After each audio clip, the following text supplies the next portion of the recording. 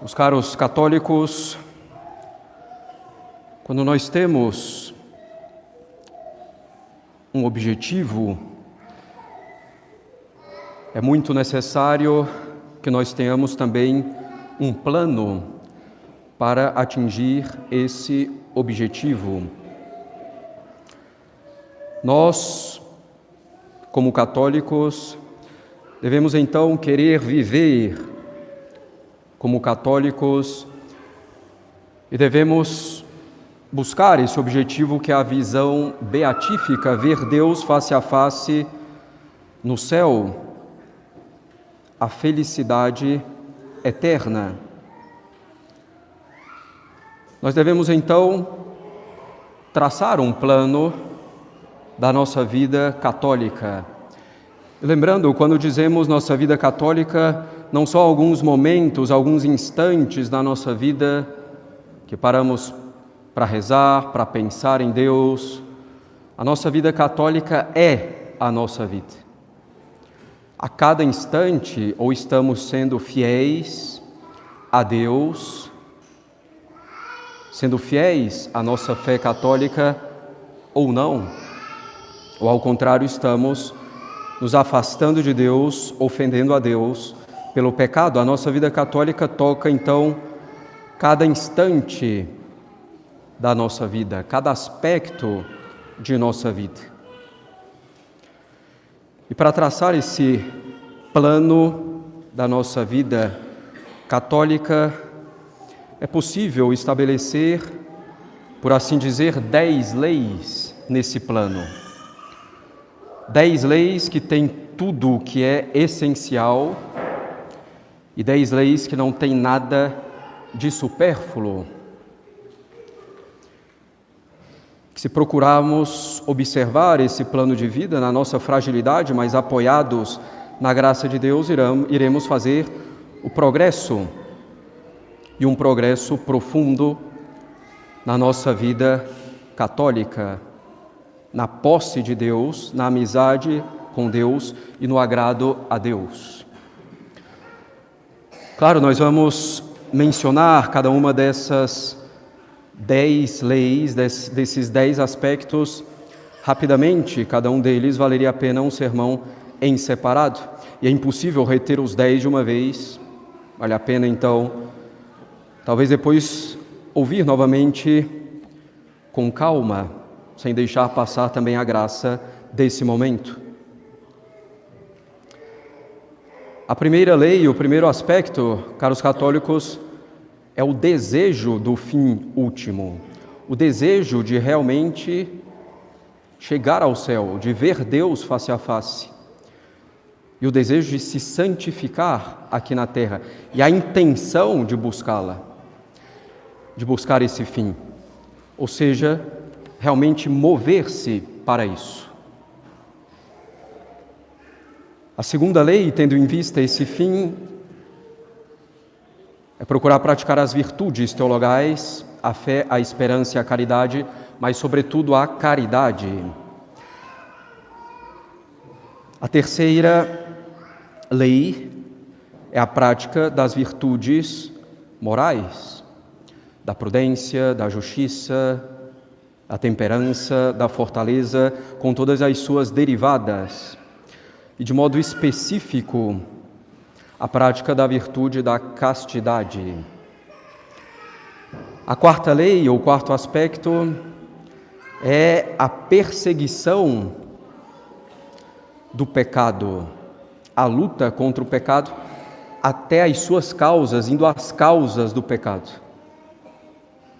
E contra todo o pecado, a verdadeira penitência, o verdadeiro arrependimento, com as obras que também correspondem a esse arrependimento. Como meio dos meios para alcançar a visão beatífica, a nossa santificação aqui na terra, para praticar as virtudes teologais e as virtudes morais, como meio dos meios nós temos a oração. E em meio à oração nós temos sobretudo a oração mental, a meditação. E em seguida, junto com a prece, todas as outras obras da piedade cristã. Finalmente, o nono aspecto, pelo bem e contra o mal, o agrupamento das forças válidas. E ainda a confiança nos caminhos da providência, não nos deixando levar pela prudência humana. E a preocupação com o futuro somada à preocupação com o presente. Vejamos então um pouquinho melhor cada um desses aspectos. Em cada um desses aspectos, o sacerdote, o pastor, deve procurar conduzir as suas ovelhas. E o primeiro ponto, e o mais importante, é o desejo pelo fim último. O desejo de chegar ao céu, o desejo de ver Deus face a face, com a intenção de buscar isso, com a santificação aqui na terra. A natureza humana é feita desse modo. Nós somos movidos por um fim que buscamos, por um fim que amamos. E muitos de nós somos inconstantes, variamos na nossa vida católica precisamente porque, no final das contas, desejamos pouco chegar ao céu, desejamos pouco a nossa santificação, ainda que com a nossa boca digamos que desejamos apenas isso, ardentemente isso. Nós devemos então, caros católicos, procurar pensar no bem que é o céu, no bem de ver Deus face a face, compreendendo bem o que é isso. E devemos também ver o bem que é a santidade aqui na terra, o bem que é a nossa santificação aqui na terra. Se não refletirmos sobre isso, como poderemos desejar isso profundamente? Se não refletimos mais profundamente, é impossível. Nós seríamos como um soldado que, devendo iniciar um assalto ao inimigo, não tem amor à pátria, não tem vontade de triunfar. Estaremos ali fadados ao fracasso. Nós devemos então procurar fomentar em nós o desejo do céu, o desejo da nossa santidade, o desejo da união com Deus, refletindo sobre o bem enorme, imenso, praticamente infinito, que é isso. Senão não chegaremos muito longe.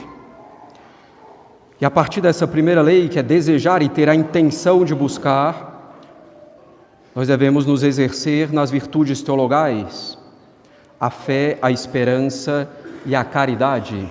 São as virtudes que se dirigem diretamente a Deus, como já tivemos ocasião de mencionar em sermões anteriores.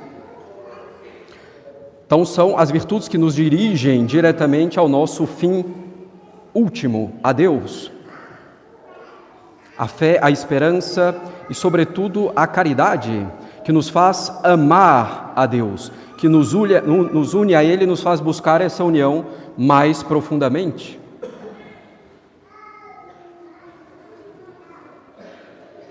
E em auxílio às virtudes teologais, nós temos que praticar as virtudes morais, a prudência, a justiça, a temperança, como que dispondo a nossa alma para o melhor exercício da caridade, por meio dessas virtudes naturais que nós praticamos, evidentemente, com o auxílio da graça e por um fim sobrenatural. E dentro dessas virtudes devemos dar um destaque particular à castidade, que é uma virtude contida na temperança, porque, infelizmente, são legião as almas que se perdem pelos pecados de impureza. Santo Afonso Maria de Ligório diz que não há praticamente uma alma que esteja no inferno que não tenha pecado contra a castidade.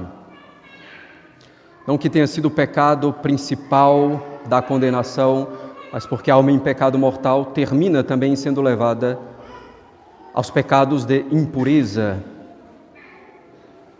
Infelizmente, são legião as almas que se perdem por esse prazer instantâneo, essa satisfação instantânea que faz perder o céu e que leva ao inferno.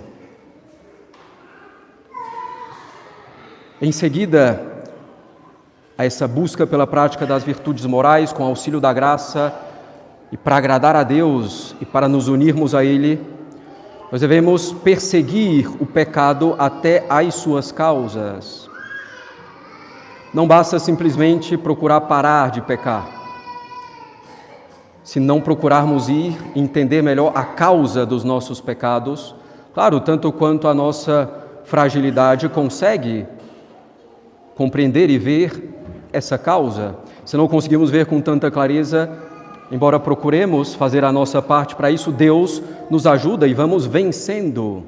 E mais uma vez aqui é necessária a reflexão, é necessária a oração mental, é preciso refletir sobre a nossa alma diante de Deus e ver a causa dos nossos pecados, o que estamos buscando no fundo com aquilo.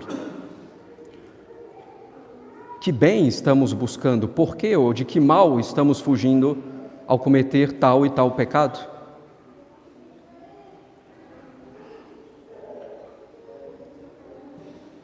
Então devemos ir até a causa para arrancar a raiz dos nossos pecados.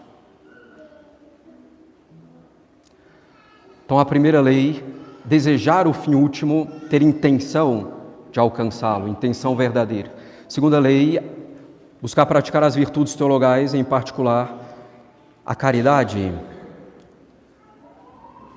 Terceira lei, a prática das virtudes morais com atenção redobrada para a castidade, para a pureza, que tanto leva almas para o inferno.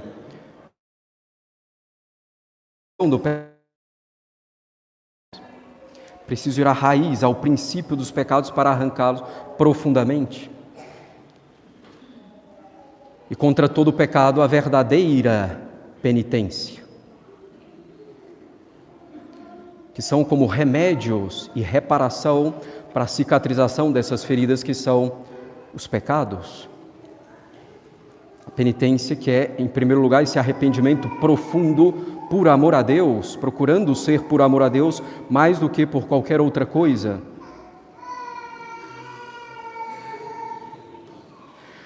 A sexta lei é a oração, sobretudo em meio à tentação. Mas é preciso ter uma vida de oração, procurar manter-se na presença de Deus. Porque sem oração nada podemos fazer. É pela oração, em primeiro lugar, que nos chegam os auxílios de Deus, que nós alcançamos as graças de Deus. Sem oração, sem a vida de oração, não teremos força para evitar o mal que devemos, o pecado, e não teremos a força para avançar no bem que devemos, a prática das virtudes.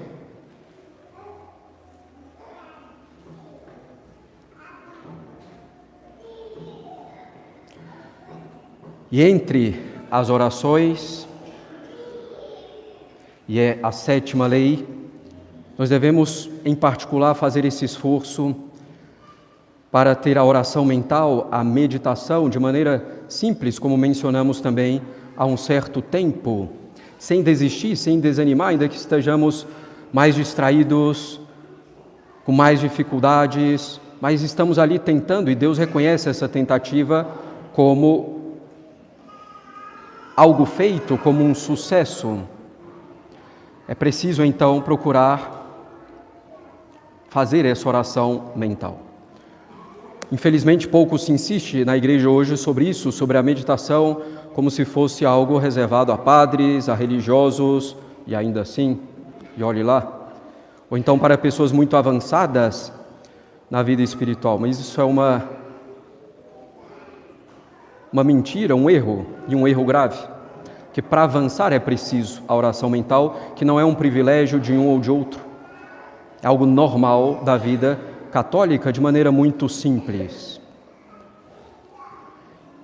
A oitava lei é esse agrupamento de forças a favor do bem e contra o mal. Nosso Senhor, ao longo de todo o Evangelho, demonstra isso, que é preciso juntar forças, que devemos nos unir por Ele, porque os inimigos dele juntam forças contra ele, como vimos na sua condenação, Herodes e Pôncio Pilatos juntando as forças contra ele. Claro que é preciso juntar forças nos bons princípios, nos princípios corretos, e não simplesmente, vagamente, por nosso Senhor Jesus Cristo, mas nos princípios corretos. E a nona lei é a confiança nos caminhos da providência e que isso triunfe sobre a prudência humana. Um grande obstáculo na nossa vida são justamente os reveses, as dificuldades que encontramos, que enfrentamos no trabalho, de saúde, enfim.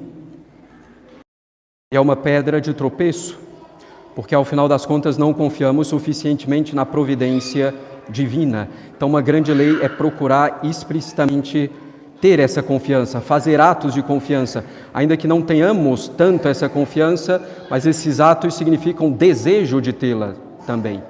Devemos repetir os atos de confiança. E o 10º aspecto é que devemos, claro, ter preocupação com o futuro, mas essa preocupação deve ser também somada a uma preocupação com o presente. Devemos nos preocupar se vamos perseverar até o final, mas essa preocupação deve se refletir sobretudo se estamos perseverando agora, aqui e agora, na união com Deus. O dia de amanhã pertence a Deus, a cada dia a sua cruz. Então, para garantirmos um bom futuro, um bom amanhã, devemos nos preocupar com o agora, com o hoje, como está a minha alma aqui e agora.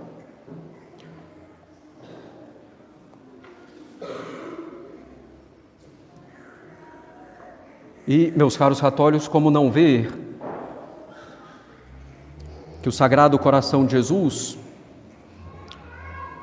ao dizer a Santa Margarida Maria Alacoque que a devoção ao seu Sagrado Coração era o último recurso ao gênero humano para voltar-se a ele, como não ver a influência ou o benefício da devoção ao Sagrado Coração de Jesus em cada um desses 10 aspectos do plano de vida católico.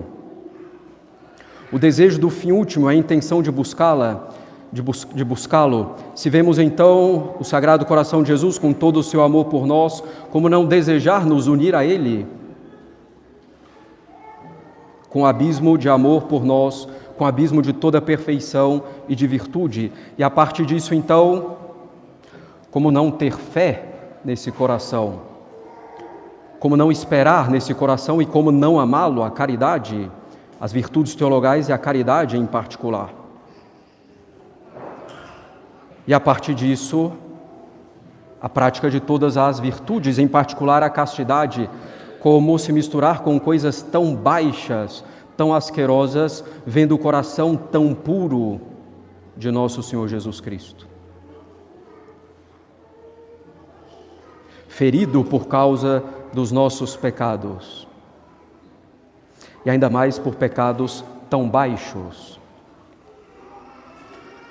Esse aspecto, então, de reparação ao Sagrado Coração de Jesus, que vai nos levar a perseguir o pecado até a sua raiz, até as suas causas, e que vai nos fazer praticar a verdadeira penitência, o arrependimento e a reparação pelos nossos pecados. A devoção ao Sagrado Coração, que é isso, amor e reparação ao Sagrado Coração de Jesus. E como não rezar diante desse Sagrado Coração, que deve estar constantemente presente na nossa imaginação, na nossa inteligência, na nossa vontade. Em particular, como não entrar mais profundamente nesse coração pela oração mental, pela meditação.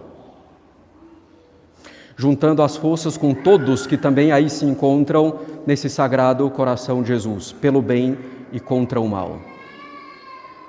Como não confiar na providência desse sagrado coração que tanto nos ama, ao ponto de ter se entregado à morte e morte de cruz, transpassado pela lança. E como não viver hoje com esse sagrado coração de Jesus, aqui e agora, para que amanhã e depois até o momento final de nossa vida, estejamos unidos a Ele. A devoção ao Sagrado Coração de Jesus, portanto, caros católicos, favorece imensamente a prática dessas 10 leis da vida católica, apoiados inteiramente na graça divina. Como disses, é muita informação, vale a pena então depois considerar cada uma delas com calma também, fazendo dela cada um desses pontos talvez um ponto de meditação no futuro. Vale a pena, caros católicos, vivermos como católicos. É a nossa verdadeira felicidade, a união ao Sagrado Coração de Jesus. Nada mais vale a pena, tudo mais que não esteja no Sagrado Coração é perda de tempo. Em nome do Pai, do Filho e do Espírito Santo. Amém.